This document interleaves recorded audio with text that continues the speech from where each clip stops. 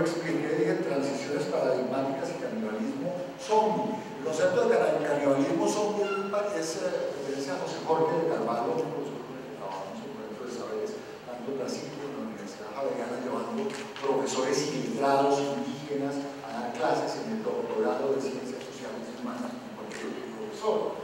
Entonces, ese José Jorge de Carvalho, acuérdese que en el norte de Brasil había unos indígenas que se tragaban a los conquistadores y se les ponían en el corazón, pero no eran los cobardes, era a los más bravos guerreros portugueses, españoles, ingleses que llegaban a esas costas, a los que mataban y se tragaban. Ellos creían que de ese modo, tragándose especialmente sus corazones, tenían el poder y el guerrerismo y el valor de esos soldados que daban la vida por la madre patria.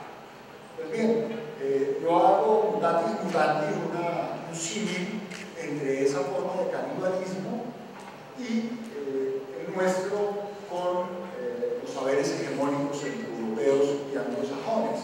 Nosotros nos tragamos a los grandes autores europeos y anglosajones y norteamericanos, etcétera, etcétera, los orientales también, pero resulta que somos unos zombies repitiendo de alguna manera ese saber, reproduciéndolo y negando, haciendo una recusación comportamental de la sabiduría ancestral de nuestras propias raíces. No quiere decir que un saber no sirva y que el otro sí, o que debamos cambiar el saber que nos colonizó. Yo miro sus caras y no veo pocos indígenas en sus rostros, ¿no? También veo pocas negritudes, ¿sí? Lo que veo es más una raza de personas, un grupo, ¿sí? De una comunidad, un grupo social. Es como diría José Martí, que acabo de ver un gusto de José Martí, me alegró mucho, que decía que somos una raza café con leche. Yo aquí veo más leche que café, en realidad, pero eso no nos da permiso, diría yo, para desconocer la sabiduría ancestral de los pueblos que habitaron por milenios este país y este continente antes de la colonización y todo este movimiento postcolonial que nos invade en la actualidad de una manera mucho más refinada. Entonces, pasemos a la siguiente, por favor. Pues bien, una cantidad de factores sociológicos que determinaron la recepción y la posterior readaptación de la teoría francesa en la que estamos muy nosotros en este momento. Resulta curioso que son ellos probablemente los que nos abren la puerta del postestructuralismo, etcétera, los que nos abren la puerta a la posibilidad de una universidad pluriepistémica. Desde las primeras marchas de los derechos civiles en los años 60, de comienzos de los 60, el movimiento estudiantil estadounidense empieza a experimentar una metamorfosis muy interesante. De la opción política organizada se pasa a una dinámica existencial espontánea. Es similar a lo que está ocurriendo ahorita con el gusto que tenemos nosotros por el tema de los saberes otros. Tenemos cachapos corporeros, tenemos mapeadores, tenemos estudiantes de profesores granjeros, etc. Es muy parecido a lo que nos está ocurriendo diría yo, con un cierto efecto de verdad. El anticapitalismo militante, se pasa a la celebración mística de los cuerpos libres, al uso de los enteógenos y de las plantas sagradas, ende, proteos, Dios, gen, origen, ¿no? Dios en nosotros, o la ampliación de la conciencia, dirían los neochamanes. Y entonces se pasan las canciones de Bob Dylan, el tamborilero, en fin, no es el tamborilero de Rafael, pero es el Mr. Tambourine Man,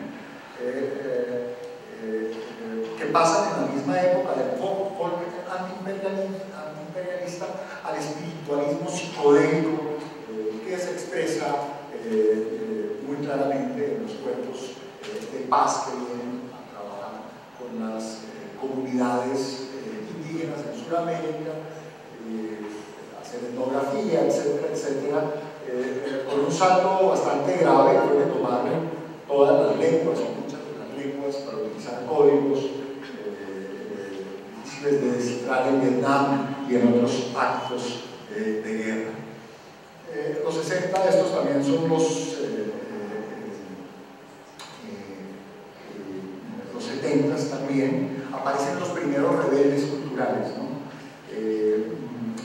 Se expulsan en una cafetería en Greensboro, en California del Norte, a 4 estudiantes negros,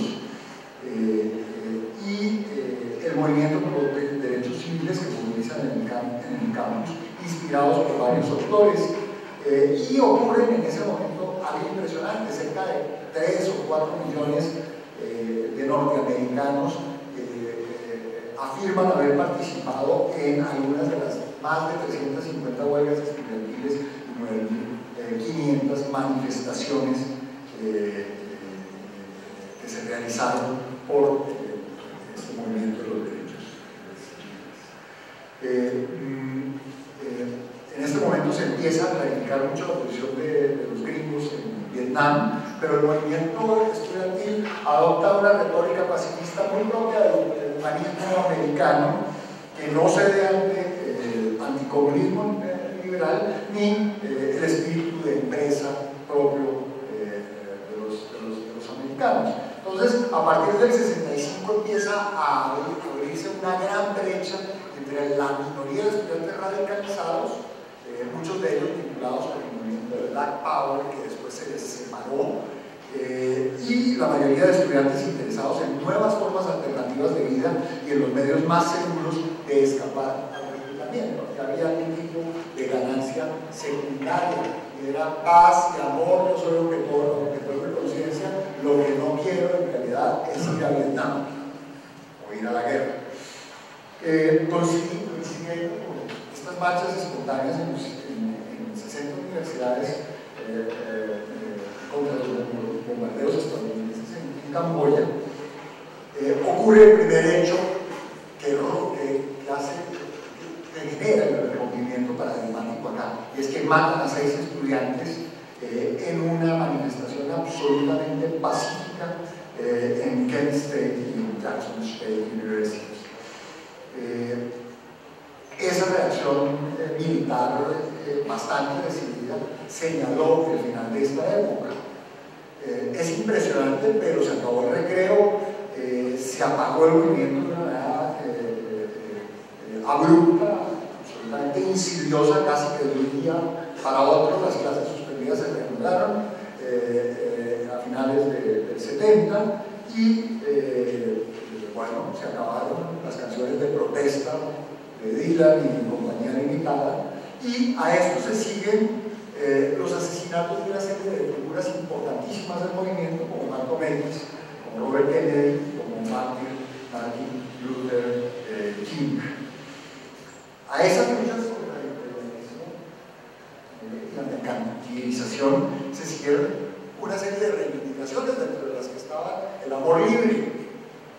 Esto muy vinculado tanto con la defensa del individualismo radical, que ya asomaba allá, poco en el estado de ánimo moderno, como las formas experimentales de desubjetivación mediante el uso de drogas, psicodélicos, famosos psiconautas. Decían morir psíquicamente para renacer en amplias regiones inexploradas de la conciencia. Tiene mucho que ver con nuestro gusto o nuestra búsqueda de experiencias diferentes a la búsqueda de experiencias excitantes, por decirlo así, cuando empezó con la que llamaron la epidemia de las drogas, a la que se refirieron en la cátedra anterior, en el semestre anterior, pero esta tenía un carácter diferente, en tanto buscaba algún tipo de sentido, que era esa desubjetivación en la que estaban vetadas las identidades de los jóvenes universitarios en el momento. Y ahí es cuando aparece la apelación al budismo, al hinduismo, al chamanismo, por parte de todos estos grupos ya en los 70s y 80s. Aparece entonces ya en los 80s el tema del uso, ya estaba desde Woodstock, etcétera, etcétera, ya estaba la búsqueda de esta desubjetivación, de estas posibilidades de ampliación de la conciencia en la arena de la vida universitaria. Y entonces en las universidades se podía consumir tranquilamente marihuana. Usted llegaba a Columbia University y a Michigan State University, usted veía en el campus la gente fumando un poco tranquilamente. Se consumieron hongos, hubo un consumo de peyote bastante grande, y de una gran cantidad de sustancias. Ya estaba influenciando el pensamiento de Castañeda, Carlos Castañeda, Castaneda, porque en esa época los computadores no tenían la N, pero era el apellido Castañeda, los Castañeda de Pasto. Y a finales de los 70s, la mitad de los estudiantes son partidarios de la despenalización de marihuana. Ese es un tema bien importante porque en la actualidad nosotros estamos en ese debate. Es un tema al que no me voy a referir en detalle, pero yo en lo personal pienso que los temas de legalización actuales son problemáticas biopolíticas muy serias de grandes corporaciones transnacionales, principalmente de la industria farmacéutica, que al convertir a las personas, a los sujetos de derechos en nuestro país libre, el derecho al libre desarrollo de la personalidad, se les convierte ya no en delincuentes, sino en enfermos. Y al patologizar, al tener un enfoque morbocéntrico del consumo, sencillamente pasa el negocio del cártel de Sinaloa a el negocio del cártel de la industria farmacéutica, con 350 millones de personas dependientes que hay en el mundo, con una maravillosa adhesión al tratamiento, es decir, son clientes fijos porque la molécula establece una relación con el organismo, es independiente del control voluntario, porque hay drogas que uno se autoadministra, aunque no tenga una proclividad orgánica a consumir las drogas o a depender, para una conducta dependiente de lo que sea, del sexo, del trabajo, de las compras, o de las drogas, dependiendo de las condiciones ecológicas que interactúen con esa predisposición.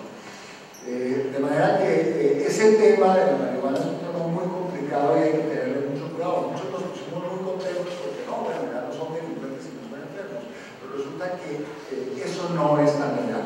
Algún día hablaremos de ese tema. En todo caso, hay una sospecha, que es bastante suspicaz en este tema, hay una sospecha grande de que la CIA distribuye en los campos universitarios drogas duras, como la heroína, para neutralizar mejor el nuevo movimiento estudiantil. Yo no creo que haya habido un movimiento estudiantil parecido al movimiento hippie más poderoso en la historia reciente de la humanidad. Sencillamente, en ese momento, es decir, era una recusación civil al modelo económico capitalista que acababa de nacer.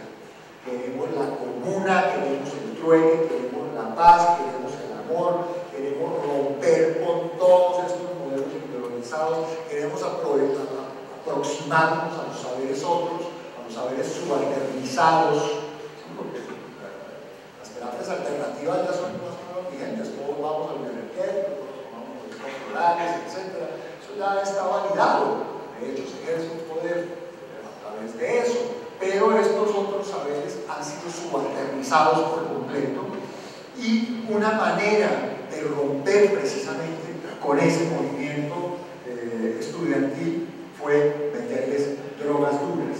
Y obviamente era una sociedad marcada por el consumo y el mercado. Obviamente estas personas eran la presa más fácil de estas drogas, que ciertamente eran muy difíciles de tratar si una persona quería dejar el consumo. Yo creo que nadie con conoce un consumidor de bazuco que no quiera dejar el bazuco. Nadie conoce un consumidor de bazuco, son pocos los que no lo quieren, los que lo encuentran. Dicen, no, yo sigo, pero generalmente es el otro, yo sigo en esto, yo no quiero rehabilitarme. Tiene mucho que ver con que saben que es prácticamente imposible hacerlo. Es por eso que hemos pasado a los modelos de reducción de daño, de harm reduction. Al final, entonces, lo que ocurre en la universidad, las protestas, el movimiento contracultural, ahora se circunscribe solamente después de este toquecito que da la incursión de las drogas duras a las secciones de sociedad y cultura en los periódicos. Muy parecido a lo que pasó con el movimiento nadaísta en Colombia, que fumaban marihuana y tal, y después empezaron a mandarlos a la página cultural del periódico respectivo, ¿no? Entonces, Vanguardia tendría en esa época seguramente una separata cultural, entonces ahí publicaban a Gonzalo Arango, a Escobar, etcétera, etcétera. Vuelve y aparecen algo maravilloso, y es la pelea entre los estudiantes de deportes, que siempre son muy juiciosos, los de ingeniería, y los de humanidades, los de filosofía, pero esos debates se reducen a lo que estamos un poquito también entre nosotros, ¿no? Y es que recupera el espacio de las disciplinas. No, es que esos psicólogos, no, esos filósofos, esos ingenieros, etcétera, etcétera, y a las rivalidades presupuestarias, que no, es que nosotros tenemos un centro de estudios más grande, y otros tienen uno para ciertas unidades, en fin, qué sé yo. Los estudiantes entonces quieren realizar los ideales de sus padres, ya en este momento ya no quieren romper con la tradición, sino no, hay que conseguir un puesto, y lo que quieren es un poco lo que hoy en día el movimiento estudiantil en una medida importante se circunscribe a que no, es que necesitamos más salud, libertad moral, más bibliotecas, espacios para el desarrollo personal, etcétera, etcétera. Entonces lo que se sigue es la provocación benigna. Entonces sí, uno encuentra estudiantes con el estatario y tal, mi hijo, ¿no? Mi hijo es de 7, de Piscis, el otro tiene tatuajes, etcétera, etcétera, la disidencia lúdica, ¿sí? Chévere, en fin, los posgrados, la vida bohemia intelectual, las Bongemann Chambre en Alemania, alquilamos un apartamento entre 3 compañeros de la universidad, porque uno viene de Barranca, el otro viene de Santa Marta, etc. Y bien, vamos a tener un comportamiento llamado típico del sector social. Entonces, la gente empieza a soñar, y eso también lo vivimos nosotros, entonces, con el vestido hippie, a la vez sí, lo que pongo la corbata, que peinan la Universidad de Santander, los mochilados, los sandalias, etc. Una especie de compromiso ético entre el anarquismo ávido de los liberales y el anticapitalismo de los predecesores de los años 60. Se convirtió entonces en la época del no compromiso, ¿sí? Y en eso estamos bastante metidos. Estamos muy comprometidos en la época del no compromiso. Bueno, no voy a detenerme en esto, pero esto es un poquito de cómo algunos de estos autores rozan, por decirlo así, una perspectiva contracultural bien importante que se estaba desarrollando, ¿no? Foucault, Lyotard y Deleuze, por ejemplo, se reunieron con Timothy Leary, que hacía los experimentos con ácido lisérgico en Harvard, después lo echaron. Se iban a los bares underground y tenían algún tipo de contacto, pero ese contacto era un rozamiento, ¿no? ¿Sí? Por ejemplo, Deleuze y Guattari conocen a Joan Baez, esa maravillosa cantante, y a Bob Dylan, aunque los primeros no conocían el antiedipo y los segundos no fumaron marihuana, por lo menos eso se supone, ¿no? Tal vez el único roce contracultural fuerte tuvo lugar en La Joya, eso se ve que de Tijuana y San Diego, California, en la frontera hoy en día muy dura en la arena de las drogas y heroína, bueno, vieron las primeras clases de Lyotard, Derrida, Latour, etcétera, etcétera, etcétera. Y había una serie de escaramuzas, sí, izquierdistas, gay, etcétera, y se iban a un barcito que se llamaba Barbáricos, ¿no? Ahí iba el jesuita Certeau, pero decía, yo voy como antropólogo, ¿no? Se pregunta entonces, no sé, si se iba a consumir productos culturales, ¿no?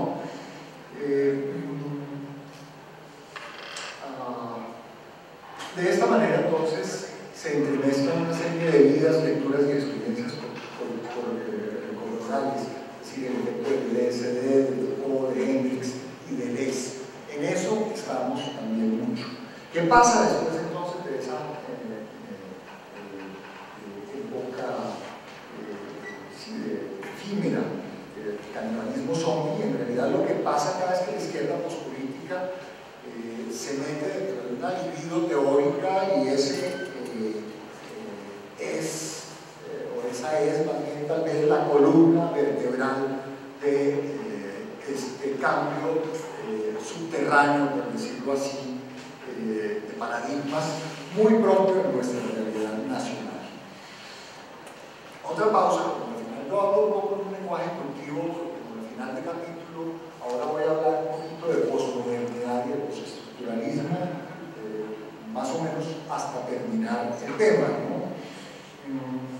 Es muy importante pues tener como premisas claves pues, el tema de que ya las fronteras geográficas, políticas, pues no son en realidad las que delimitan la colonización del ser, del saber y del poder, porque se han dado una serie de poderes transnacionales, las grandes corporaciones, etc. Internet, la globalización, etc., que ha roto de alguna manera toda esta movilidad y taxatividad adyacente a las fronteras políticas. Del estado de ánimo, como ya hablamos, el fin de los metarrelatos es bien importante en este paso posmodernidad, postestructuralismo, porque llega Lyotard y dice, no, se acabaron los metarrelatos, ya no hay una ciencia que pueda explicar las cosas, todos son relatos que están mediados por, y entonces aparecen posiciones, como las posiciones postestructuralistas, que critican el concepto de desarrollo y de subdesarrollo, que no va a referir a continuación, de una manera radical, permitiendo que se abrieran una serie de ventanas que son las que nos traen a la posibilidad de que haya un encuentro de saberes y una universidad plurihistémica. Y obviamente el famoso giro, o el que yo he llamado giro decolonial, en vez de giro a la izquierda de América Latina, en el que no tenemos que ver a los caudillos, ¿no? Usted ve a Chávez, a Evo, qué sé yo, lo primero que a uno le llega a la mente como un ser moderno es, no, el presidente de la República Bananera, pero resulta que lo que hay por debajo de este giro decolonial son una serie de resistencias y de movimientos que tienen muchísimo, pero muchísimo que ver con una respuesta que le está dando a todo el mundo, sobre todo a Occidente, las comunidades amerindias. En este sentido, Latinoamérica tiene un potencial poderosísimo frente a las posibilidades de desarrollo o de post-desarrollo. Yo pienso que a no ser un cambio inimaginable en las conciencias de nosotros, pero sobre todo del norte, la catástrofe ecológica es inevitable. Y eso está siendo interpelado por ese giro decolonial. Los elementos principales de la crítica del discurso del desarrollo son los siguientes. Lo primero es que el postestructuralismo propone el postdesarrollo a partir de las tendencias teóricas epistemologías realistas. Esto es muy importante tenerlo presente. De esta manera lo que hace es cuestionar los modos en los que Asia, África y Latinoamérica llegaron a ser definidos como países subdesarrollados y por consiguiente necesitados de desarrollo. Así pues, el estructuralismo no es un refinamiento del concepto de desarrollo, o no lo busca, cuestiona sí el concepto de subdesarrollo y tiene un descontento importante con el desarrollo y sus posibilidades evolutivas.